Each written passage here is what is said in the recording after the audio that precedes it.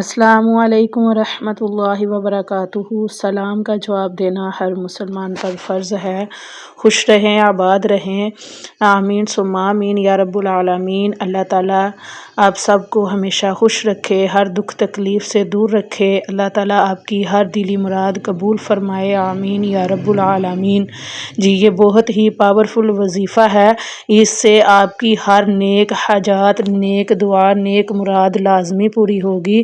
और इस वजीफ़े को आपने पूरे अकीदे के साथ करना है और नमाज की पाबंदी लाजमी करनी है। इंशाअल्लाह अज़्ज़ व जल आपकी हर मुराद पूरी होगी।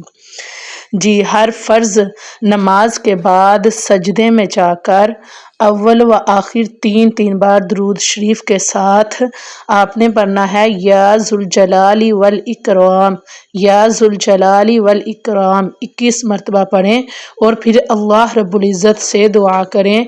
इंशाअल्लाह अज़्ज़ व जल हर मुराद पूरी होगी, हर रुकावट दूर होगी।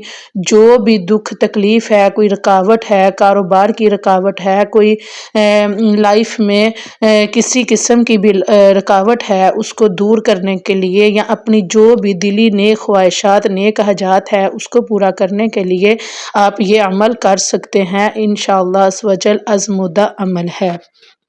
मेरी वीडियो आपको अच्छी लगी हो तो लाइक कमेंट लाजमी कर दीजिएगा और कमेंट में आमीन लाजमी लिखिएगा। इससे ये होता है कि हम अपने लिए या दूसरे बहन भाइयों के लिए जो भी दुआ करने की नीयत से आमीन लिखते हैं तो वो लाजमी कबूल होती है इंशाअल्लाह अज़्ज़ व जल।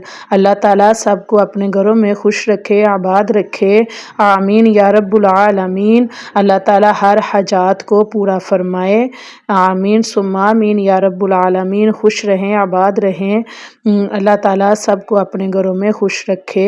जी, अस्सलामु अलैकुम व रहमतुल्लाहि व बरकातुहू। दुआओं में याद रखिएगा।